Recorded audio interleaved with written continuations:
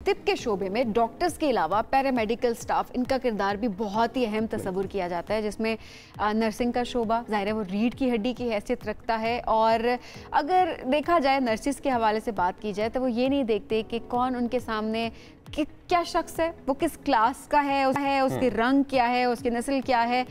बात यही होती है कि उसके सामने एक मरीज़ है जिसकी खिदमत में वो दिन रात मसरूफ़ रहते हैं। तमाम खिदमत का जो मुआवजा है उस तरह से उनको नहीं मिल पा रहा होता जिसके वो हकदार होते हैं। और दुनिया भर में 12 मई को नर्सिंग के आलमी दिन के तौर पर मनाया गया है और इस मौका पर तिब के शोबे में उनकी खिदमात को खिराज तहसीन पेश किया गया है। इस साल आलमी इदारा सेहत ने ये किया है कि नर्सिंग में स्ट्रैटेजिक सरमायाकारी मौशी और समाजी फ़वाइद को अहदाफ का हिस्सा बनाया है। अब ज़ाहिर मरीज़ के इलाज की अगर बात की जाए तो अस्पताल हो या घर हो, नर्सिस की खिदमात को झुटलाया नहीं जा सकता। ब्लड प्रेशर चेक करना, दिल मरीज़ों को हर तरह से उनको इंजेक्शंस देना, उनको तमाम मेडिसिन देना, उनका ख्याल रखना, चाहे वो प्राइवेट हॉस्पिटल है चाहे वो सरकारी हॉस्पिटल है, वहाँ पर वो अपना फ़र्ज समझते हैं। स्पेशली कोविड-19 की अगर बात की जाए, किस तरह से हमारा नर्सिंग स्टाफ उन्होंने अपनी जान की परवाह नहीं की और कैसे वो लोगों के जो बेड होता था उसके पास खड़े रहते थे, फ्रंट लाइन वर्कर्स थे और कैसे उनको किसी चीज़ की ज़रूरत है तो फ़ौरन वहाँ पर पहुँचते। तो ज़ाहिर है ये जो कुर्बानियाँ हैं इसको दुनिया ने देखा भी और ज़ाहिर है उस दौरान ज़्यादा कदर महसूस हुई लोगों को। लेकिन जाहिर सी बात है एक अंदाजे के मुताबिक अगर बात की जाए तो पाकिस्तान में 10 मरीज़ों पर एक नर्स और जो नाजुक जो सेंसिटिव मरीज़ होते हैं एक मरीज़ पर 2 नर्सें मुकर्रर की जाती हैं। अब इस शोबे की कितनी अहमियत है और पाकिस्तान में अभी तक ये हालात बेहतर क्यों नहीं हो सके और स्पेशली लोग इस तरह से क्यों देखते हैं कि जो वैल्यू है उस वैल्यू पर उनको नहीं रखा जाता, उस वैल्यू से उनको नीचे ही रखा जाता है। हमारे साथ मौजूद हैं एक हॉस्पिटल है, वहाँ की सीनियर नर्स मैनेजर हैं मुंजा समी साहिबा मौजूद हैं। अस्सलाम वालेकुम, कैसी हैं आप? मैं ठीक हूँ, आप कैसे हैं? ठीक, बिल्कुल ठीक ठाक। मुंजा साहिबा, 12 मई कैसे मनाया आपका आलमी दिन? हमने डिफरेंट इवेंट्स अरेंज किए जिसमें कि पूरा वीक हमने 6 मई से 12 मई तक जो है वो नर्सेज वीक के तौर पे सेलिब्रेट किया, जिसमें हमने क्विज़ कंपटीशन किया, नर्सेज का नॉलेज एवेलुएट किया कि वो अपने नर्सिंग के बारे में कितना जानते हैं। और फिर इसके अलावा हमने पोस्टर कंपटीशन किया और नर्सेज का जो है हमने एवेलुएट किया कि वो किस तरह से चीज़ें ड्रॉ कर सकती हैं और ये एक एक्स्ट्रा करिकुलर एक्टिविटी के तौर पे हमने सेलिब्रेट किया। देन मेन डे हमारा 11 मई को था जो हमने सेलिब्रेट किया और उसमें हमने नर्सेज जो डिफरेंट एरिया में काम कर रही हैं उनकी रोल एंड रिस्पॉन्सिबिलिटी को और उनकी परफॉर्मेंस को, आउटस्टैंडिंग परफॉर्मेंस को हमने अवार्ड से नवाजा ताकि वो इस चीज़ को फील करें, एक्नॉलेज करें। एक्नॉलेजमेंट ज़ाहिर बड़ी ज़रूरी होती है। चले, आप एक नोबल वर्क है जो आप लोग कर रहे हैं, डॉक्टर्स को उस तरह से रिकग्नाइज़ किया जाता है, रिस्पेक्ट दी जाती है, लेकिन आपके शोबे को उस तरह से रिस्पेक्ट नहीं दी जाती। मतलब एक ये अफसोसनाक पाकिस्तान की अगर बात करें तो इसकी वजह आप क्या समझती हैं और कैसा फील होता है इस वजह से? देखें, अगर हम बात करें कि रिस्पेक्ट नहीं है तो शुरू में ये ज़रूर बात थी। With the passage of time although ये चीज़ें थोड़ी चेंज हो गई हैं, लेकिन शुरू में ये समझा जाता था कि नर्स सिर्फ पेशेंट को मेडिसिन दे रही है या जो डॉक्टर ने ऑर्डर किया उसने उसको बस फॉलो करना है, जबकि अभी ये चीज़ टोटली चेंज है। नर्सिस ने असेसमेंट करनी है, नर्सिस ने पेशेंट को मेडिसिन देनी है, मेडिसिन में उसने देखना है कि कौन सी मेडिसिन इफेक्टिव है, कि उसके साइड इफ़ेक्ट्स क्या है, कॉन्ट्रा इंडिकेशंस क्या है। तो नर्स का रोल बहुत एक्सपेंड हो गया है और वो सारी चीज़ें फिर उसने टीम को इन्फॉर्म करनी है, डॉक्टर को इन्फॉर्म करनी है कि पेशेंट की प्रोग्रेस क्या है। तो नर्स आज के दौर में एक नॉलेजेबल नर्स है, एक स्किलफुल नर्स है और डिफरेंट एरिया में, फॉर एग्जांपल क्रिटिकल केयर की नर्स देखें आप तो उसका काम बहुत स्पेशलाइज्ड है, तो स्पेशलाइजेशन बहुत आ गई है नर्सिंग में। अच्छा, अब प्रॉपर शोबे के अंदर, क्योंकि पहले तो ये था कि आपने कुछ सीख लिया और उसके बाद ज़ाहिर है वो भर्तियाँ हो जाती थी ऑब्वियसली हमने लेकिन ज़ाहिर है वो भी एक्सपर्टीज़ होती थी कि वक्त के साथ आप सीख भी जाते थे। सो अब इस शोबे के अंदर आप पढ़ाई कर रहे हैं और उसके बाद आप अपनी जो आपकी प्रेफरेंस होती है उसमें आप स्पेशलाइजेशन भी कर सकते हैं। जी। तो उस लिहाज से आपको अलॉट किया जाता है आपका डिपार्टमेंट। अभी देखें, पहले तो सिर्फ नर्स ने पेशेंट की बेड साइड पर आना था। हाँ। अभी अगर एक नर्स ये प्रोफेशन चूज करती है तो उसके पास बहुत सारे ऑप्शंस हैं। वो एजुकेशन की तरफ जा सकती है, वो किसी कॉलेज में जाकर पढ़ा सकती है, वो स्पेशलाइज्ड एरिया में जा सकती है, वो क्रिटिकल केयर में जाए, वो इमरजेंसी में जाए।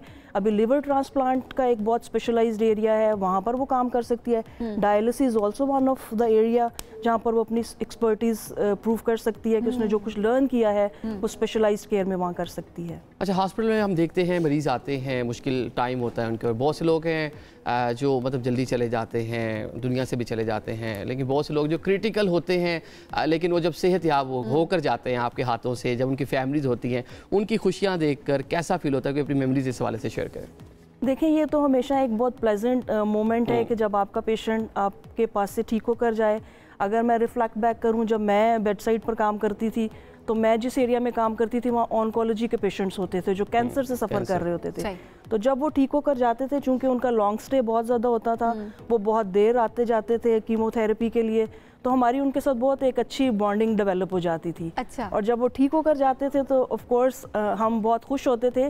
और इसी तरह मैं एक और अगर सिचुएशन याद करूं तो मेरी एक फ्रेंड थी, एक बच्चा जो कि कैंसर से सफ़र कर रहा था, जब वो मर गया तो वो भी फैमिली के साथ रो रही थी। तो ये दोनों किस्म की फीलिंग्स ज़ाहिर है हमारे साथ होती हैं। अटैचमेंट ज़ाहिर है वो आपकी हो जाती है, और वो ज़रा बच्चों से भी होती है ज़्यादा या फिर बड़ों से ही ज़्यादा हो जाती है?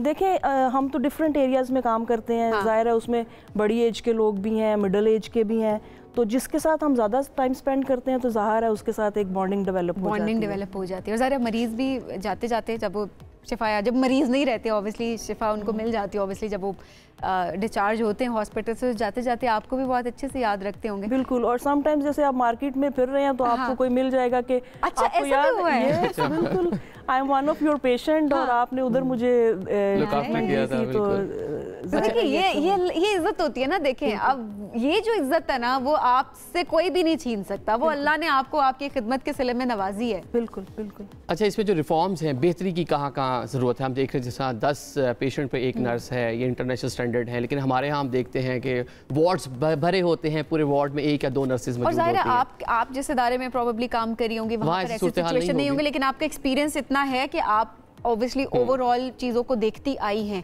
कहाँ कहाँ आपको लगता है कि बेहतरी की गुंजाइश है? देखें, इस डिज़ास्टर से हम भी गुजरते हैं एज ए प्राइवेट सेक्टर भी, क्योंकि जब आपकी बहुत सारी नर्सेज एकदम से कोई अनाउंसमेंट आती है कुवैत के लिए जाना है तो सबसे ज़्यादा नर्सेज प्राइवेट सेक्टर से जाती हैं। तो हम भी ऑन एंड ऑफ ये इस शॉर्टेज का सामना हमें भी रहता है, बट हमें कॉलेजेस इंक्रीज़ करने की ज़रूरत है ताकि प्रोडक्शन ज़्यादा हो और नर्सेज जो हैं वो ग्राउंड लेवल पर ज़्यादा हो, ताकि हम नर्स पेशेंट रेशो पेशेंट को अच्छा दे सकें।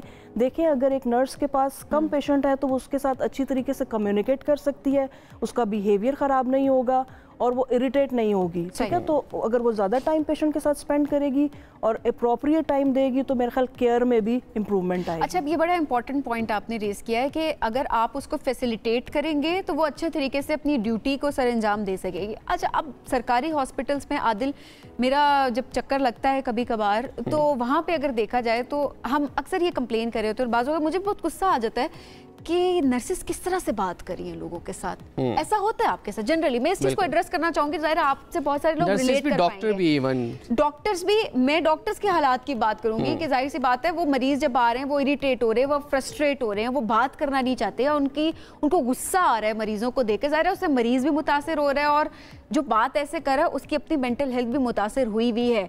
नर्सिस की अगर बात की जाए तो ऑब्वियसली मरीजों की तादाद वहाँ पर काफ़ी ज़्यादा है और ऐसे में नर्सिस के ऊपर, डॉक्टर्स के ऊपर हम देखें तो उनके ऊपर बर्डन बहुत ज़्यादा है, ड्यूटी आवर्स बहुत ज़्यादा है। इस चीज़ के बारे में कोई बात नहीं कर रहा होता, तो इसको हम किस तरह से मैनेज कर सकते हैं? जाहिर है प्राइवेट सेक्टर ने हम देखा है कि बहुत अच्छे से उसको मैनेज भी कर रहे होते हैं। आप अगर वहाँ चले जाएँ, जाहिर है बेहतरी की गुंजाइश तो है, लेकिन अच्छे से उसको लेके चल रहे हैं, but at the same time government level पे हम किसी भी तरह के रिफॉर्म्स नहीं देख रहे होते हैं। देखिए, वहाँ पे भी रिफॉर्म्स की बहुत ज़रूरत है। फ़र्स्ट ऑफ ऑल तो हमें नर्स पेशेंट रेशो को अप्रोप्रिएट करने की ज़रूरत है। जिस तरह से पेशेंट के लिए रेशो है नर्स का, उसी तरीके से डॉक्टर के लिए भी है। तो देखें, अगर एक नर्स के पास सारा दिन में 20 पेशेंट्स आते हैं लाइक ओपीडी में, मैनेज करना ज़्यादा ईजी है एज़ कम्पेयर टू अगर 100 पेशेंट्स वो देख रही है। तो ज़ाहिर है एटीट्यूड में भी फ़र्क आएगा और चीज़ें मैनेज भी नहीं होंगी और उसको काम जल्दी से वाइंड अप करने की भी जल्दी होगी। तो इसमें हमें ये देखने की ज़रूरत है कि हम एक तो नर्स पेशेंट रेशो बेहतर करें, दूसरा हमें ऑनगोइंग उनको कम्युनिकेशन की और एटीट्यूड की ट्रेनिंग्स भी देने की ज़रूरत है, जो कि हम प्राइवेट सेक्टर में करते हैं कि how to handle your customer और डिफ़िकल्ट कस्टमर को कैसे हैंडल करना है, हरासमेंट की सूरत में आपने कैसे रिस्पॉन्ड करना है और बैक एंड पे आपका इदारा किस तरह से आपको सपोर्ट कर रहा होगा। तो ये सारी चीज़ें इंपॉर्टेंट है। जब मरीज़ आपके साथ अक्सर औकात देखा जाए तो बहुत सारे उनके अहले खाना बदतमीजियाँ भी कर जाते हैं, ऐसी वीडियोज़ भी हम देख रहे होते हैं, सामने होते हैं, तो उसमें हॉस्पिटल की सपोर्ट भी चाहिए होती है। स्पेशली इतनी सिक्योरिटी आप फराहम करें हमारी नर्सिस को भी कि किसी की मजाल ना हो कि आप इस तरह से क्योंकि एक मैकेनिज्म होना चाहिए, अगर शिकायत है तो वो शिकायत जाकर उस कंप्लेन वहाँ पर जाकर अपनी दर्ज करवाए, बट ये नहीं कि डायरेक्टली आप किसी के साथ या नर्सिस के साथ हमारे आप मिसबिहेव करें, आप बदतमीजी करें। मुझे साहिबा बहुत शुक्रिया प्रोग्राम में ज्वाइन करने के लिए। बहुत एक जिस तरह से पहले आदिल ने कहा था कि एक बहुत नेक काम है जो आप लोग करें, ज़ाहिर है नौकरी तो अपनी जगह, बट ज़ाहिर है जिस तरह से आप लोग हर वक्त मरीज़ों के लिए अवेलेबल रहते हैं, आप हॉस्पिटल चले जाते हैं और ऑब्वियसली वहाँ पर आप जिस तरह मरीज़ों की देखभाल करते हैं वो वाकई काबिल तहसीन बात है। थैंक यू, बहुत शुक्रिया प्रोग्राम में ज्वाइन करने के लिए।